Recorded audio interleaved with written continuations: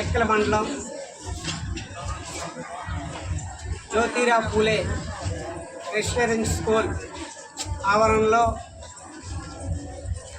పిల్లలకి పేరెంట్స్కి మధ్యలో అడ్డుగోడ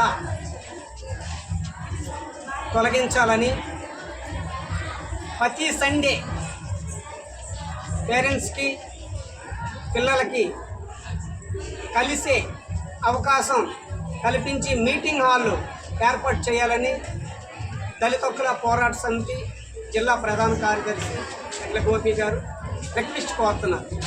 అలాగే దూరపాటి నుంచి వచ్చినట్టు వాళ్ళకి ఉదయం నుంచి 5 గంటల వరకు సమయం కేటాయించాలని, 2 గంటల సమయం సరిపోకపోయినందువలన పిల్లలకి పేరెంట్స్కి మధ్యలో సమయం సరిపోకపోయినందువలన చాలా మంది పేరెంట్స్ మాకు తెలియజేశారు. మధ్యాహ్నం భోజనం సమయంలో కూడాను